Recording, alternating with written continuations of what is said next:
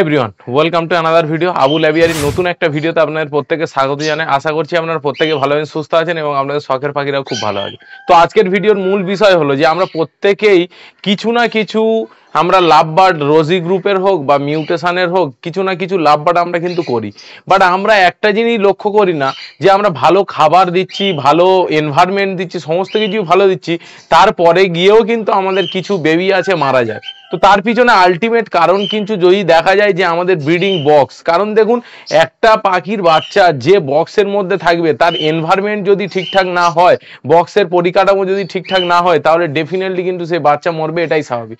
তো আজকের আপনি দেখা পাচ্ছেন যে আমার ডান দিকে চারখানা বক্স আছে, এটা একটা বক্স আছে, আপনাদেরকে ভালো করে দেখানোর চেষ্টা করি। এইরকম বক্স আছে, এটাও আমরা প্রায় 80% এইরকম ওপর থেকে ঢাকনা খুলে এইরকম ভাবে আমরা হ্যাঙ্গিং করে এই ধরনের বক্স আমরা প্রায় 80% লোক ব্যবহার করি।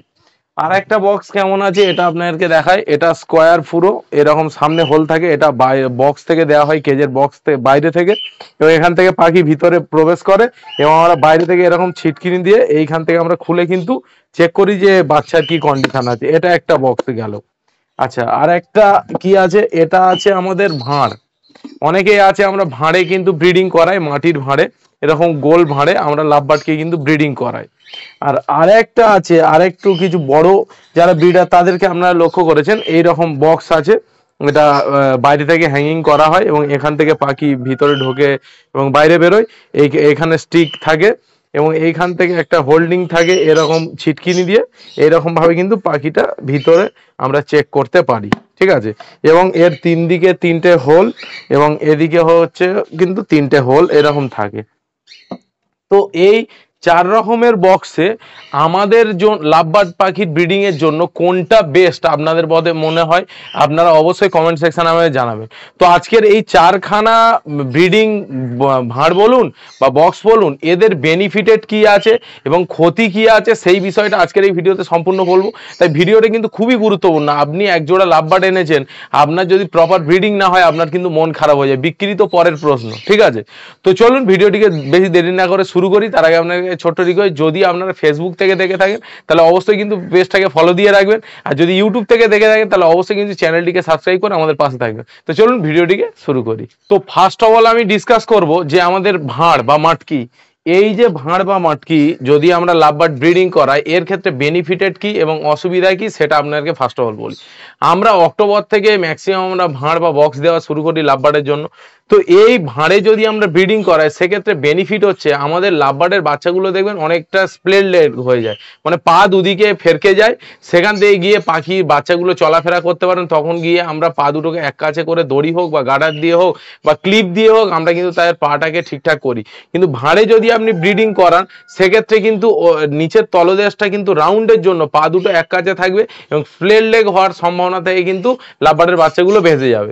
আর আরেকটা জিনিস এতে সুবিধা হলো, যখন বাচ্চাগুলোর চারিদিক থেকে নেস্টিং করবে ভিতরে লাভ বার্ডের ওর বাবা মা, তখন কিন্তু চারিদিক থেকে এই যে বাইরের যে হাঁড়ি হওয়ার কারণে এটা কিন্তু প্রচন্ড যে বাইরের যে টেম্পারেচার সেটাকে কিন্তু এতে অ্যাবজর্ব করে নিয়ে ভিতরের টেম্পারেচারটাকে কিন্তু কমিয়ে দেবে। সেক্ষেত্রে বাচ্চার কিন্তু সাফোকেশন হওয়া সেটা কিন্তু অনেকটা কমে যাবে এবং পুপ যদি করে সেটা কিন্তু ভিতর থেকে যে রসটা সেটা কিন্তু টেনে নেবে, সেক্ষেত্রেও কিন্তু ড্রাইনেস থাকার সুবিধাটা অনেকটা বেশি। এইটা গেল হচ্ছে ভাঁড়ের হচ্ছে আপনার সুবিধা। এবারে অসুবিধা কি আছে, শীতকালে যখন আমরা লাভ বার্ড ব্রিডিং করাই তখন কিন্তু ভাঁড়টা ঠান্ডা হয়ে যায় এবং কিছু লাভ বার্ড আছে তারা কিন্তু নেস্টিং মেটেরিয়ালস খুব ভালোভাবে ইউজ করে না, সামান্য কিছু দিয়েই কিন্তু তারা এগ লে করতে শুরু করে। সেক্ষেত্রে কিন্তু এগ ইনফার্টাইল হওয়ার সম্ভাবনা থাকে, হয়তো ফার্টাইল হলেও সেখান থেকে বাচ্চা হ্যাচিং হয় না, ডেড ইনসিয়াল হয়ে যায়, ডিমের মধ্যে কিন্তু বাচ্চা মারা যায়। তো এই প্রবলেমটার জন্যই কিন্তু আমি প্রেফার করব এই ভাঁড়ে আমরা ব্রিডিং করাবো না। 2 নম্বর আমরা যেটাতে ব্রিডিং করাই সেটা আপনাদের দেখাই, সেটা হচ্ছে 80% যারা ব্রিডার আছে তারা লাভ বার্ডের জন্য এই বক্সটাকে প্রেফার করে। এরকম ভাবে ভিতর থেকে দিয়ে দেয়, ওপর থেকে বাক্স খুলে সেখান থেকে নেস্টিং মেটেরিয়ালস দিয়ে দেয় এবং এখান থেকে তারা কিন্তু নেস্টিং করে তারা এর মধ্যে এগ লে করে। তো এটার বেনিফিট হলো যে এটা কাঠের বাক্স হওয়ার কারণে টেম্পারেচারটাকে অনেকটা কন্ট্রোল করে ন্যাচারালি, কিন্তু তারপরে গিয়েও দেখবেন এখান থেকে আপনি বারবার ভিতরে যেহেতু বক্সটা থাকে আপনাকে বাইরে বের করে তারপরে বাচ্চাগুলোকে ঠিক করতে হবে এবং যদি নেস্টিং মেটেরিয়ালস কমে যায় বা আপনার চিপসি সেটা আপনাকে কিন্তু চেঞ্জ করতে হবে পুপসটা, যাতে না বাচ্চা ঠান্ডা লেগে যায়। সেক্ষেত্রে আপনার প্রবলেম দেখুন যে এই যে বক্সটা সেটা বারবার বের করা ঢোকানো, এক্ষেত্রে কিন্তু পাখি অনেক সময় হেজিটেট হয়, অনেক সময় এগ লে করার পরে সে কিন্তু ইনকিউবেট করতে যায় না, এটা কিন্তু একটা বড় প্রবলেম। তো এই গেল হচ্ছে 2 নম্বর বক্সটা, যেটা হচ্ছে সব থেকে, এটাও কিন্তু সমস্যার একটা ব্যাপার। বাট অনেকে বলবে দাদা এতে কি ব্রিডিং হয় না? ডেফিনেটলি ব্রিডিং হয়, বাট আমরা চেষ্টা করব যে সব থেকে ভালো ব্রিড যাতে হয় তাতে, কারণ আমরা শখের বসে 1 জোড়া 2 জোড়া 3 জোড়া বা অনেকে আছি অনেক দামি মিউটেশনের পাখি এনেছি, আর যদি ব্রিডিংই ঠিকঠাক না হয় বক্সের কারণে। এবং আরেকটা প্রবলেম কি হয়, এখান থেকে কিন্তু সাফোকেশন হয়, এখানে কিন্তু কোনো রকমের ছিদ্র নেই, যার জন্য কি হয় ভিতরে কিন্তু অত্যাধিক টেম্পারেচারের কারণে পাখি সাফোকেশনে অনেক সময় কিন্তু স্ট্রোক করে, হিট স্ট্রোকে কিন্তু মারা যায়। এটাও একটা এই বক্সের কিন্তু প্রবলেম।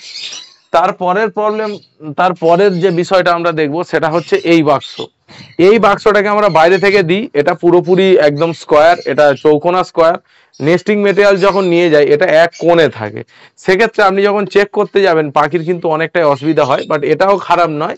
এটা আপনার কমেন্ট সেকশনে বলবেন যে কোনটা আপনার জন্য বেস্ট, এখান থেকেও আপনারা দেখলেও কি হবে, এটা ঠিক অতটা সুবিধার নয়, ঠিক আছে। নেস্টিং পাখির করতে অনেকটাই নেস্টিং লেগে যায় এর মধ্যে। এটা গেল 3 নম্বর বক্স। 4 নম্বর এবং সব থেকে সাইন্টিফিক্যালি অল ওভার ওয়ার্ল্ডে যারা লাভবার ব্রিডার আছে তারা যে বাক্সতে ব্রিডিং করে সেটা হলো এই বাক্স, এবং এখান থেকে ঢুকবে, বাইরে থেকে হ্যাঙ্গিং থাকবে। এটা হচ্ছে লম্বাই প্রায় 12 ইঞ্চি, আর চওড়াই হচ্ছে আপনার লম্বা ডেপথ হচ্ছে 12, আর চওড়া হচ্ছে 10 ইঞ্চি বাই 10 ইঞ্চি এরকম।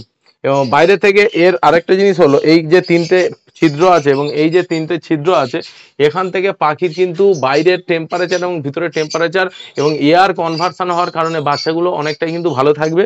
এবং এখান থেকে আপনি যখন ইচ্ছা হবেন তখন কিন্তু এখান থেকে ভালোভাবে আপনি কিন্তু এইভাবে বাচ্চাগুলোকে নেস্টিং চেঞ্জ করা বলুন, বা বাচ্চার যদি কোনো সমস্যা থেকে থাকে সেই ব্যাপারগুলো আপনারা কিন্তু চেক করে নিতে পারবেন। এবং এই বক্সে কিন্তু ব্রিডিং সব থেকে ভালো হয়।